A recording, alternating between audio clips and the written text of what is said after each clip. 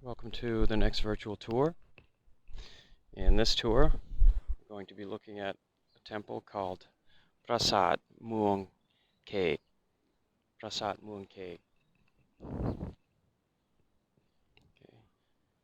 So, this was a fairly large structure, mostly constructed from red brick and laterite. And there's no evidence.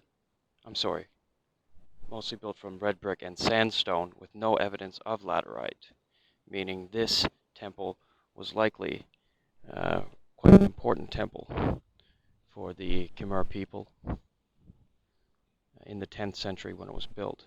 So right here you can see we've got some sandstone steps, and right here the outer walls of this structure were constructed from red brick, and the floor also was made from red brick.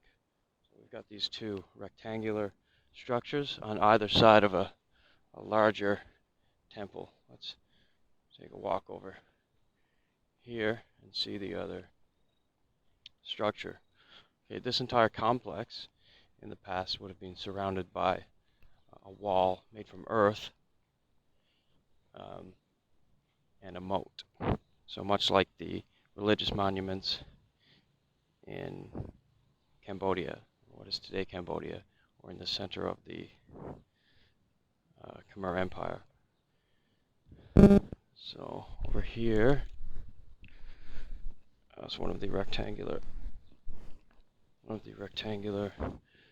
buildings outside of the main structure. Let's just take a walk over here. And what we have here is a yoni, and inside the yoni would have been a Shiva linga representing the god Shiva. So this would have been a very important Hindu monument in the past. Okay, would have been well worshipped by the local people in the 10th century. Alright, just climb some stairs here. You can see the red brick that formed the floor. And by the way, the Shiva yoni was carved out of sandstone. Now this structure is, although a little bit smaller, it's still quite impressive and very similar to the other Khmer structures which are nearby. The other larger ones, rather, in Bimai, and one that's a bit further, Prasat Panamrung. Okay, so let me climb these sandstone stairs here, and as you can see, the floor right here was made out of sandstone blocks. Some impressive columns right here made from very large pieces of sandstone, and a very large door frame. Okay, and had some worshippers here recently, and there's actually a festival that takes place once a year where the local people come and worship the monuments here. So we've got some decorative columns here, which probably would have acted as some sort of window. Oh, here we go. We've got the entire window frame with the columns. Very nice. Some rooms here, some of which may have been used for keeping manuscripts. Another room on the other side. And this looks very similar to Prasat Bimai, just on a smaller scale.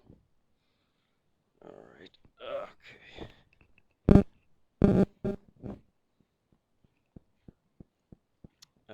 Now this sandstone would have been imported from a quarry that was located 20 kilometers away from here. So as you can imagine, it took a lot of work to get these sandstone blocks here. Just want to show you some of the decorative detail and the fine craftsmanship. There you go, on these stone columns. Very beautiful, very fine craftsmanship or workmanship. So you can just imagine that the people who carved these sandstone blocks were quite skilled. Probably spent a lifetime learning their craft. Okay, let's keep walking here. So, yeah, as I was saying, the quarry was located 20 kilometers away. You can imagine that it took a lot of effort to get these really large sandstone blocks to this location. So, first of all, this was probably a very important location, and secondly, this was probably quite an important temple. Now, I said earlier that I didn't see any evidence of laterite. Well, I just found a little bit of laterite here on the base of the temple, so there is a little bit of laterite. And again, laterite is cheaper, would have been cheaper and easier to produce than these sandstone blocks. And it's likely that we could have found laterite in this vicinity. Just climb up here.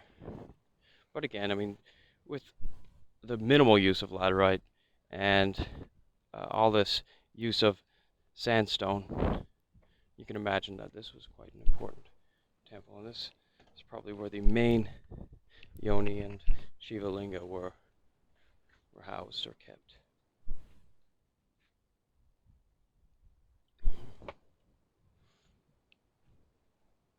It's like there was another yoni over there, or that might be just for something to hold the columns. I'm not sure, but this was definitely a Shiva yoni where the main linga would have been kept. So the main item of worship would have been kept here. As you can see, it's still worshipped by locals even to this day. Okay. You may have noticed that this area is kept quite well groomed, so it's still well respected today, despite being such an old